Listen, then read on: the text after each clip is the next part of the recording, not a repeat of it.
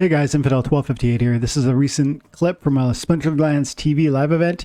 I'm hanging out on Friday nights from 9 p.m. to 11 p.m. Pacific Standard Time on Twitch. And in this one, we're going to talk about why I choose to sell big value cards like Byzantine Kitty, but not some of my multiples of lower level legendary monsters, some of which would sell really easily, really quickly for maybe 5, 10, 20 bucks a pop. And I have so many copies of them. Why would I sell a really key card that I can't replace like a Byzantine Kitty when I have so many other cards that I could theoretically liquidate to access value for this game and for my trip to Vegas? So we're going to talk about that in this video. Thanks for your time and attention. Have an amazing day. God bless. Outwar says, I'm looking at your collection and seeing some duplicates on top of max level legendaries. I guess my thought process is, were you saying you still have a lot of cards you don't have, but by selling Kitty, that is also a strong card that you now no longer have? Why not sell the dupes instead? Because Outwars, great question. And it's kind of a nuanced question because I'd want to look at every single card, but I'll tell you now, just quickly, like he's saying, look, you got 94 Oceanuses. You've got, what else do I got? Oceanus is the big one, isn't he? What about gold foils? I just bought those. So why don't I sell like 41 Ifrit Risings? Because I've got one max one. Why don't I just sell the rest of them? Because I don't feel that these cards have appreciated. So Kitty is a card that has appreciated wildly. Remember what I said? I want to 10x my 10x. I want to sell the assets that I have appreciated wildly, not because I don't think they'll keep going. Remember, that's so key. I do believe Kitty will 10x again, but that could be 4 years and it's not a certainty. Whereas cards like Oceanus, in my opinion, this is a lock. In my opinion, this is my opinion.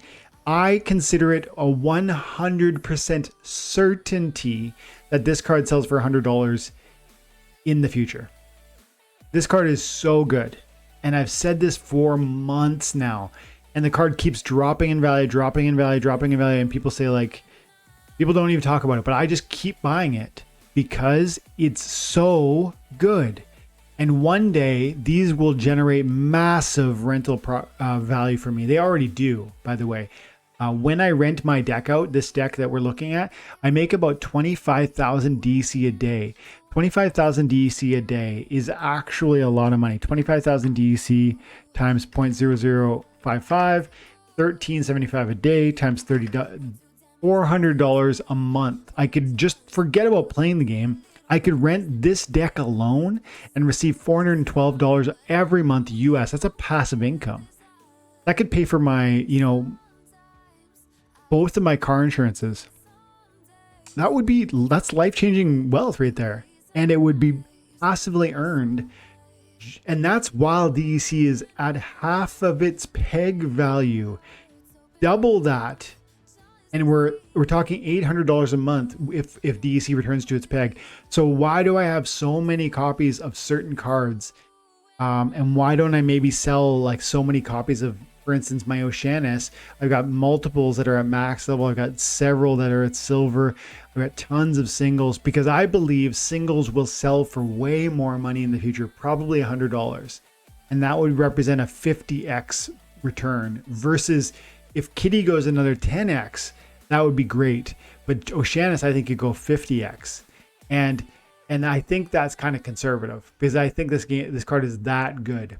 And many of these other cards like Ifrit, while I don't really even love Ifrit, I happen to believe Recharge is an ability that gets slept on and is quite powerful in certain contexts. And it's one buff away from being awesome.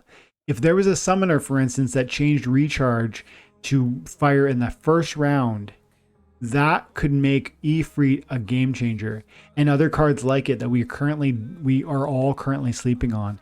And so cards that haven't appreciated, I don't look to sell, because I believe that every card in this game will appreciate with time.